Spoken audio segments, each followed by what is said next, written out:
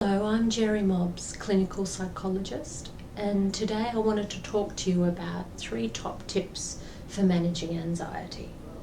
Anxiety is a really common experience, it's a very human experience, and in many ways it's very normal, but sometimes anxiety can get very overwhelming for us. And I want to share a way of approaching anxiety today that hopefully will be able to help you. These tips never replace therapy, but they hopefully just give you a little bit of an idea of some of the ways that psychologists can help and some of the things that you can do to help yourself.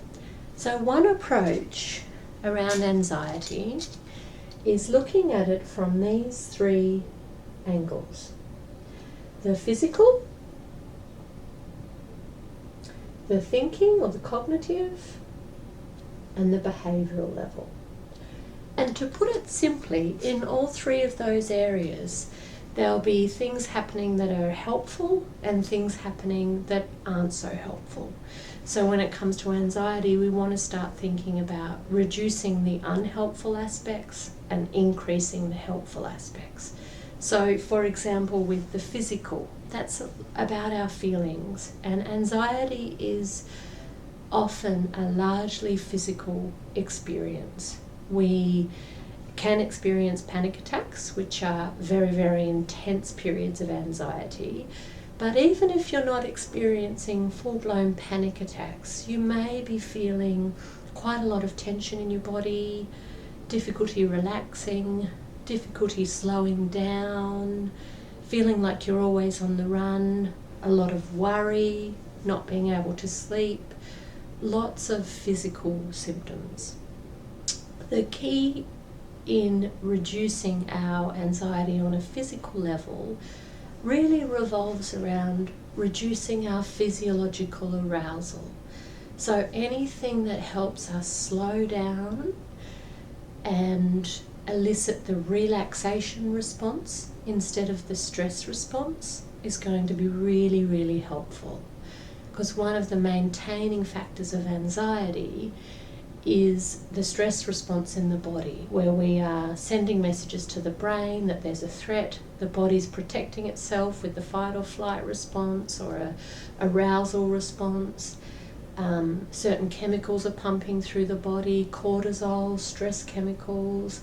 So we want to slow that process down and start to actually elicit the opposite response of the body, which is about relaxation and all of the benefits that come along with that, reducing our heart rate, our blood pressure, the physiological benefits. So things like relaxation practice are really, really useful. And there's lots of different ways that you can practice relaxation. I have some other videos and podcasts with particular relaxation tracks. Relaxation isn't just about sitting on a couch and relaxing and reading a book. That's enjoyable, and that can be a way of starting to get some more downtime in your life. But learning the skill of relaxation is about learning how to focus the mind, to consciously slow down the body, to be still, and to not do anything for a period of time and let the body actually start to come back to a place of stabilization. So any sort of relaxation practice that helps you do that will be really good. A couple of types are what we call progressive muscle relaxation, where we actually create tension in the body and then relax it. We go through each part of the body doing that. So you can start to learn the difference between when your body is tense and when your body is relaxed. Things like yoga or anything physical where you are slowly moving the body and working with the body is really, really good to reduce anxiety levels. Exercise is also a really effective strategy for reducing anxiety. The more we can output that anxious energy, the better usually we can sleep at night and the better we usually feel. And the other major practice is mindfulness practice. And mindfulness is about slowing down and coming into the present moment. It's nothing fancy. There's lots of different ways you can practice it. But even saying to yourself, I'm going to stop right now, just for a moment, slow down, and just notice where I am. Notice my bottom on the chair, notice my feet on the ground, notice what I can see around me, and just let myself stop and slow down for a minute. Of course, there's many other physical strategies that may be useful.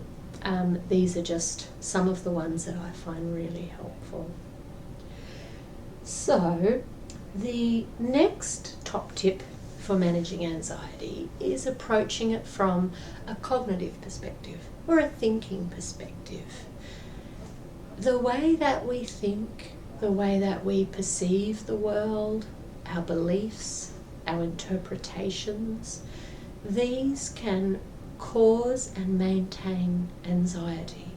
So for example, if I'm feeling that the world is a threat and I'm looking at the world through a very defensive sort of lens, or I'm constantly looking for danger, thinking that something bad's going to happen, thinking that the worst is going to happen, that's going to make me really anxious, understandably. And there may be many reasons why I've developed that view. Often childhood experiences are a foundation, or people have a traumatic experience, an illness, a loss, a stressor, a change, and then the body can start to be on the lookout for more stress and start to try and protect you by looking for more threats.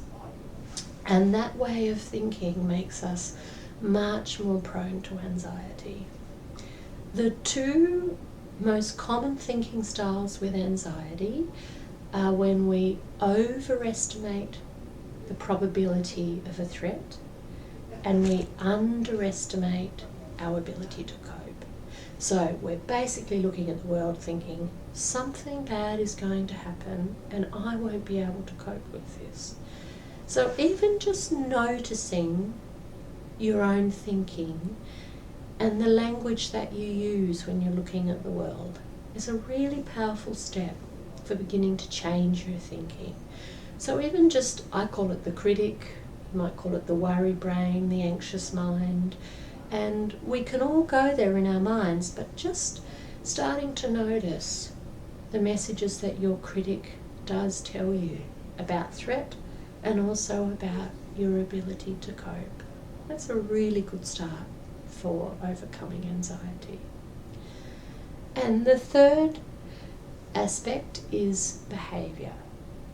So when we think about feeling pretty anxious, there's behaviours that can cause and maintain that. One of the consequences of anxiety with behaviour tends to be avoidance, which is really, really natural. Let's say, for example, that I have a panic attack in a shopping mall one day. The body's natural response is to want to avoid that mall, to not go back there. So, and it makes sense not to for a little while. You know, we might not want to go back that day, that week. The problem is when our mind overcompensates and protects us too much. So then we don't go back to that mall at all. And then we don't go to other shopping centres. And then actually we stop going out to public places where there's crowds at all. And we stop going out at all. We stop leaving the house and then our room. So, and now that's an extreme example, but it's useful to just think about what situations or places or people am I avoiding because of my anxiety, and is that actually helping me still? I've protected myself now. Is it actually useful for me now to start to maybe confront some of those situations just in a very, very gentle way? So just do a bit of a self-check around avoidance in your life and how that's helping you or not. Generally, when we're talking about behaviours, the kind of behaviours that maintain anxiety are usually other avoidance behaviours too that might be more subtle. Drinking alcohol, for example. It's a classic one because it works really well. We have a drink, there's an immediate relaxation response, the ego's slightly inflated, we've got our brave face on, we feel more able to, for example, go into a social situation. And of course then, the more and more we use that as our only coping mechanism, the more and more we actually never get to see whether we could face that situation without the alcohol. Other substances as well can be quite stimulating, which can promote more anxiety. So other drugs and other substances can make us feel more anxious. Generally too, behaviours that maintain anxiety are about high stress sort of lifestyles, constantly being busy, always on the run, doing too many things, and on the opposite end too, procrastinating. Procrastinating and avoiding actually makes our anxiety worse, and we have to feel that awful feeling of dread when we should be doing something but we're not. Think about in your own life what you do that actually makes you feel more anxious. Sometimes it's about the pressure you place on yourself, taking on too much, never saying no, never setting limits with yourself or with other people, never having a sick day, being quite perfectionistic and then always being driven, always doing more, always taking on a new challenge, always pushing yourself, always being the one that people can rely on. Those behaviours then can create us a lot of anxiety to keep all of that up. So when we think about behaviours that can reduce anxiety, sometimes it's about asking ourselves, what do I actually want? What do I really want to do today? Do I want to go and do that favour for a friend, or do I not? It's about recognising your own limits, slowing down, doing less. I often talk with clients about bringing down our expectations from 100% to 90% and doing 10% less, leaving work on time, having a lunch break, forcing yourself to go for a walk in your lunch break to have a break from the office. Or whether even you may be at home with children, not always having to do everything for them or with them. Letting yourself, being a bit easier on yourself, and that usually looks like doing less of what's expected and doing more of what you actually might want.